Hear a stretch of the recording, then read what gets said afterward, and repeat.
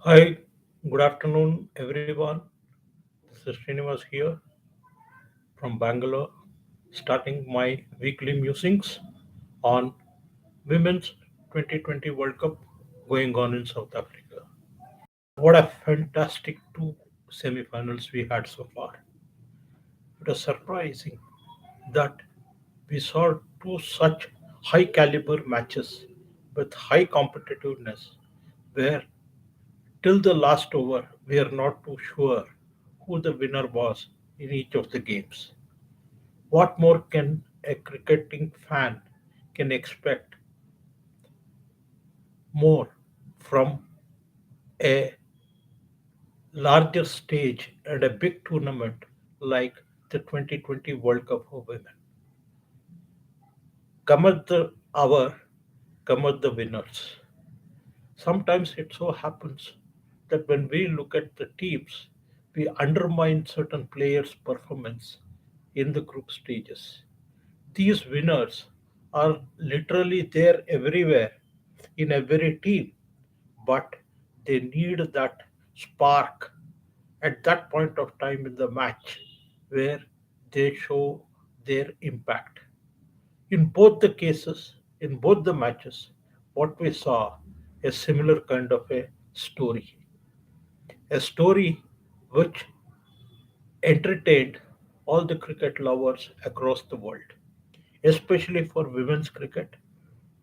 Just before the launch of Women's Premier League in India, the franchise, the version of the women's cricket in India, we have seen two magnificent matches in the knockout stage of the World Cup tournament, which goes a long way to attract more viewership and spectatorship for women's cricket in the global sporting broadcasting. Why I say this? Because if you really look at the viewership of yesterday's matches, the two semifinals, the broadcasting statistics say it all that the viewership has been absolutely brilliant and the matches kept the viewers glued to their seat till the end. In both the matches, we saw a decent power play performance. Then we saw a middle over consolidation. In one, we saw decapitulation in the final overs of one team, and in another, we saw a literal consolidation of the gains of the middle overs to take to a respectable match winning total. So it's a story of four innings unfolding themselves in most dramatic way at the largest stage for women's cricket. Let's come to the first match between India and Australia. Australia did very well and put up a brilliant performance and put less than par according to their own standards a 170 score. Probably Indian bowlers did not bowl so well, but in spite of it, Australians were contained to a reasonable score of 170.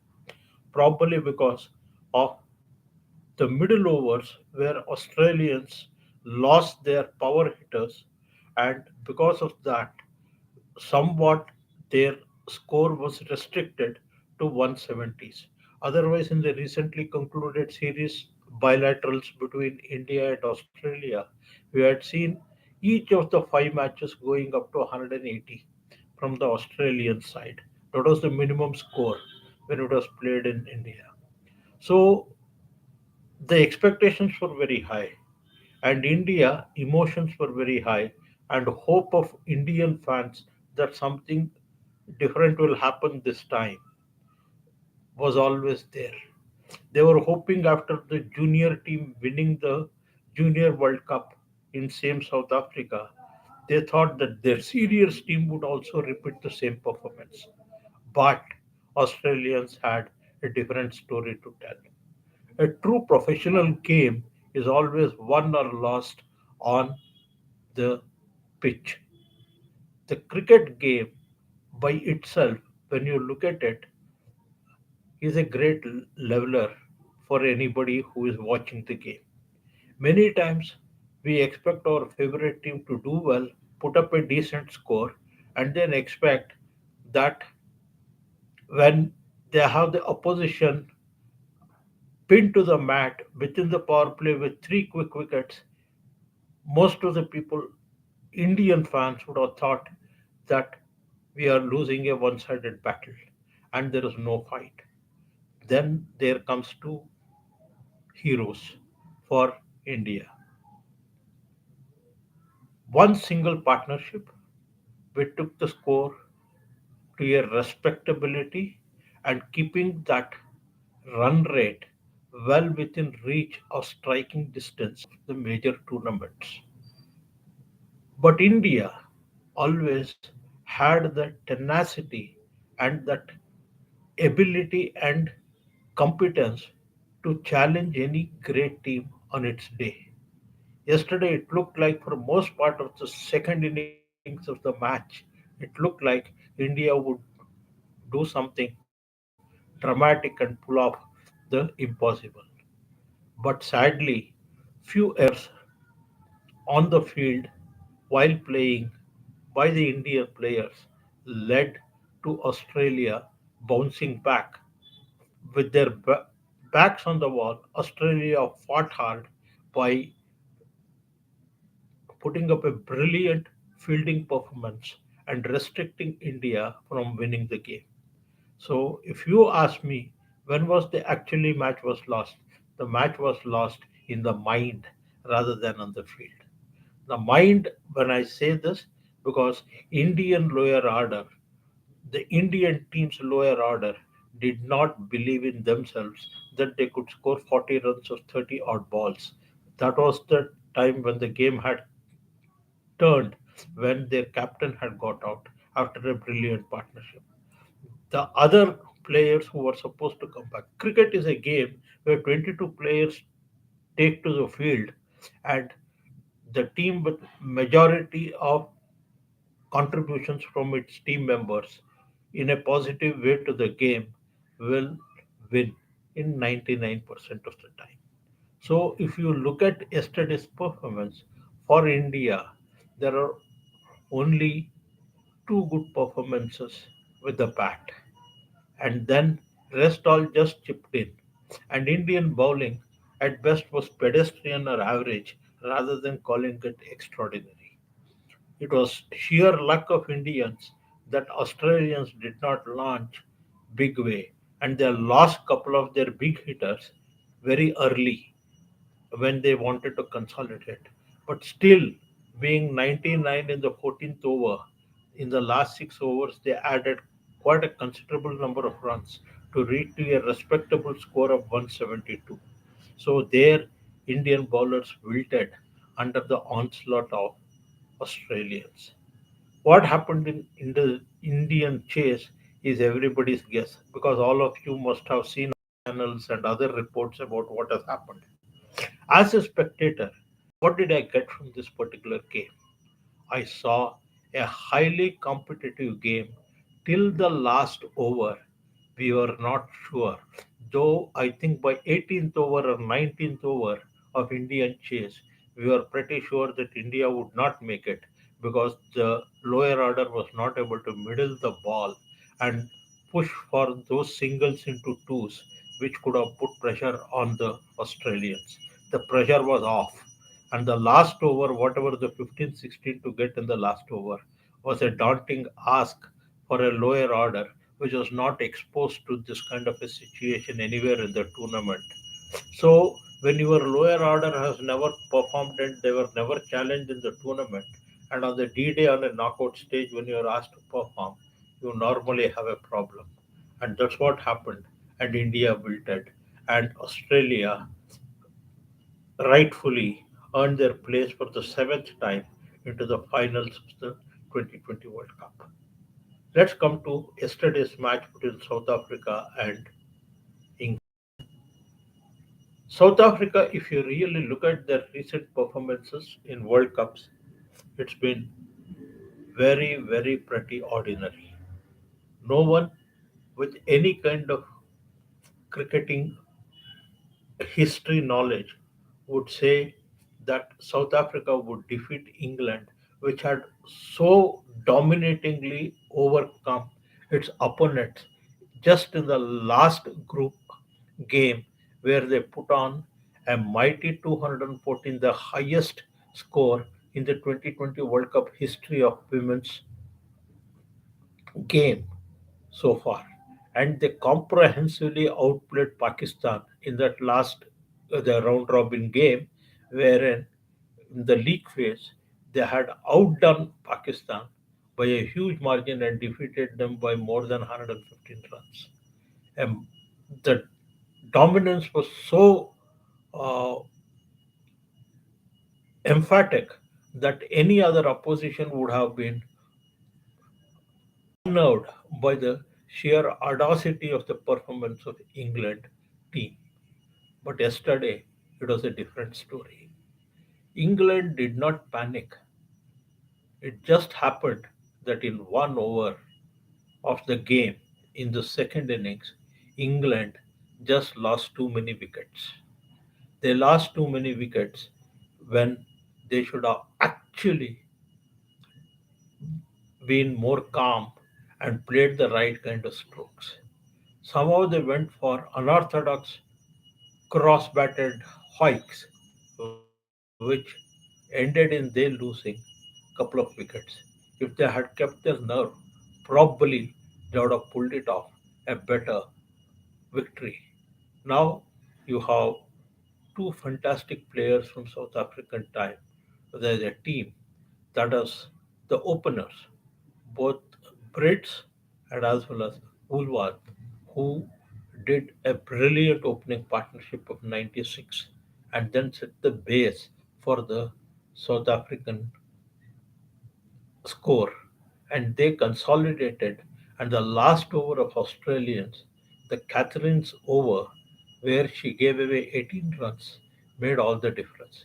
In Indian case also, Renuka Singh Thakur had given away 18 runs in her last over. So many similarities between the two games. Around 130 runs while chasing, it was the time where the wickets fell, the key wickets fell of the key batsmen, and everything changed at that point of time. For England, the England captain lost her wicket in the penultimate over of the match, thereby England falling short by 6 runs when they had to score 13 of the last over.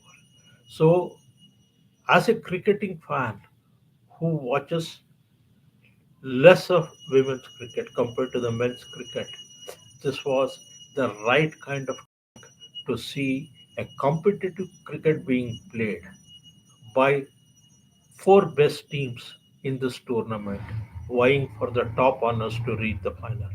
So it was a real fight which was worth it. And from a spectator perspective, I feel the match had all the ingredients and curiosity of the fan up and running, the adrenaline for the fans till the last over of the match. There are hopes, there are big emotions, there were very great performances. But at the end of the day, if you really analyze both the matches, in both the sides, there are hardly 5 to 6 players only who contributed out of 22. When only 6 7 players contribute in a game, what happens is typically the matches tend to be like what they are tomorrow. Then imagine if there are 20 players on the field, if each of them are contributing, then you will see a different kind of a game altogether. So both matches have been a great advertisement for women's brand of cricket, and especially in the limited overs format. And I hope that the Women's Premier League, which is going to be launched, is going to bring in new set of talent and will showcase right kind of international standard of cricket, which will ensure that more women take to the game and entertain us, the cricket fans who are accustomed to seeing very competitive men's games. So the women's game, there is a lot of difference in the skill levels between the top sides and the other sides. This skills gap can be bridged, whether it's in batting, fielding, or in bowling, only when you have highly competitive tournaments like what we saw yesterday. The more the competition, the more the skill sets, more money pumped into these games. Probably women's cricket will see. It was recently introduced in Commonwealth Games too. So there we saw a similar kind of a uh, response and viewership. But knowing very well that the cricket has been taken to many parts of the world through the 2020 format, especially in the women's cricket, I see more European teams competing. And to mention you, when I saw that Ireland and India match, a group game, I was surprised by the skill of Irish players, especially their bowlers, who made life difficult for Indian batters because they had literally taken off the pace from the ball on a used wicket when that game was being played. Indian batters had a great problem in timing their ball. And to be very honest with you, India just scraped through that last group game against Ireland. It was not an emphatic victory, unlike what England had when they entered the semis. They had decimated their opposition when they entered the semifinals. But in knockout games, it's all about how you perform on that particular day.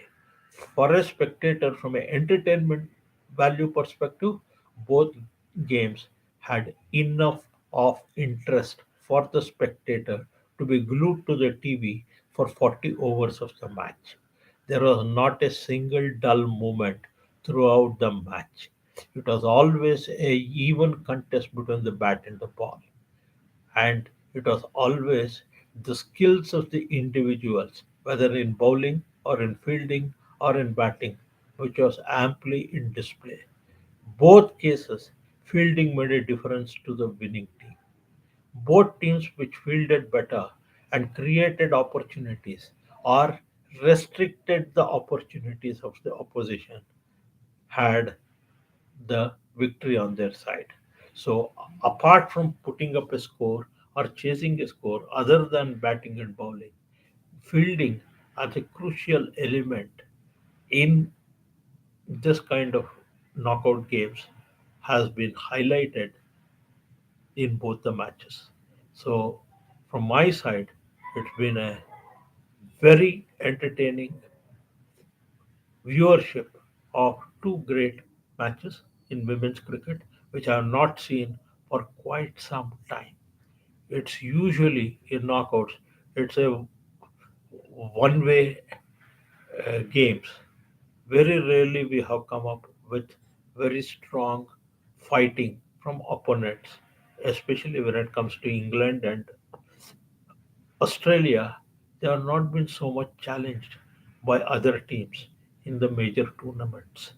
And for this time, because the absence of New Zealand in the lineup and South Africa making the semifinals, there was a slight difference that the quality of cricket that we witnessed was of a slightly different class compared to what we are accustomed to see in women's cricket. So I hope that this tournament has set the right kind of atmosphere for a better viewership of the Women's Premier League going ahead. I think with this, I will conclude saying that women's cricket is well and truly on, and it can only become tougher and competitive and more entertaining going ahead. from now onwards. And I wish all the women cricketers who, who are participating in these leagues and representing their own countries that they will make the gap between the skill between the men's format and the women's format will be bridged to a great extent, and we will see more competitive and entertaining cricket from the women's side too. And so we will look forward to watching the women's cricket more and more. Thank you, and I hope if you have views, you can come back. For all the scores and discussing other final moments and analyzing the match, that is not my view. That's what I said when I said in my weekly musings. When I say that I come up with a show where I talk about from a fan perspective what did we get from both the matches. We saw a great amount of skills being exhibited, especially in fielding by two great teams which have been consistent in their fielding throughout the tournament, and that has put them, both of them, facing each other in the final. Thanks a lot. Thanks for this listening to me.